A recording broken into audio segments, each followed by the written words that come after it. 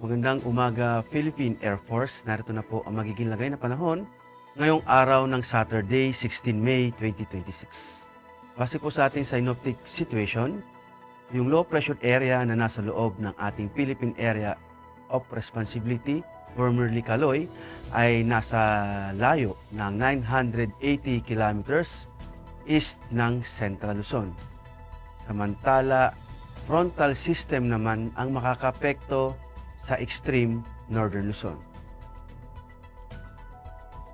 Dulot nga ng frontal system ang Batanes at Babuyan Island ay makakaranas ng maulap na kalangitan na may kalat-kalat na pag-ulan, pagkidlat at pagkulog. Sa Metro Manila at sa labing bahagi ng Luzon, Visayas at Mindanao, makakaranas ng bahagyang maulap hanggang sa maulap na papawirin na may pulo-pulong pag-ulan, pagkidlat at pagkulog, dulot ito ng localized thunderstorms. At para naman sa flight level wind chart, makikita natin dito sa 925 hectopascal, ang lakas ng hangin sa extreme northern Luzon ay aabot ng 36 km per hour at meron namang pagbugso ng 54 km per hour. At sa nalabing bahagi ng Luzon, Visayas at Mindanao, sa umaga ay 18 km per hour at pagdating sa hapon hanggang gabi ay lalakas ng hanggang 36 km per hour. Sa 850 hectopascal naman, sa Luzon ay makakaranas sa flight level na ito ng 18 km per hour sa Luzon, sa Visayas at Mindanao. At sa Palawan naman ay aabot ng 36 km per hour.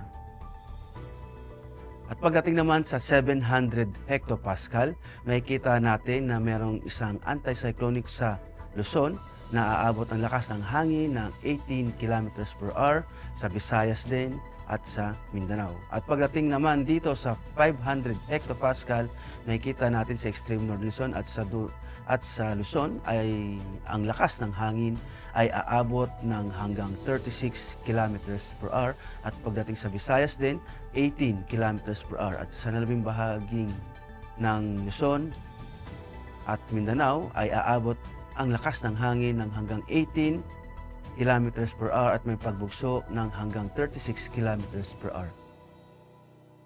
At para naman sa impact to flight operations, dulot nga ng frontal system sa Batanes at Babuyan Island, ang main hazard dito ay yung atmospheric instability driven by the air mass, converging trigger severe wind shear, light to moderate icing, and turbulence that threatening aerodynamic stability. Ang impact nito sa rotary ay yung sudden wind shift, risk loss of tail rotor effectiveness, low ceiling may cause inadvertent instrument meteorological condition.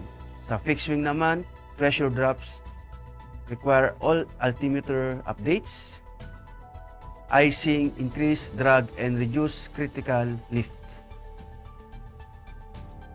At para naman sa Metro Manila at sa labing bahagi ng bansa, dulot ng localized thunderstorm ay yung warm and humid air from the Pacific, enhancing convective activities. Ang impact nito sa rotary, localized thunderstorms and light turbulence may briefly affect operations, especially inland in afternoon. Sa fixed wing naman, generally pair with possible isolated seas causing short-term delays or turbulence. At para naman sa astronomical information, ang araw ay sumikat kaninang 05:28 at lulubog din naman mamayang 18:17. Sa moon illumination, meron tayong 2% decreasing. At para manatiling updated sa lagay at pagtaya ng panahon, follow lamang ang Air Force Weather Center sa mga social media accounts.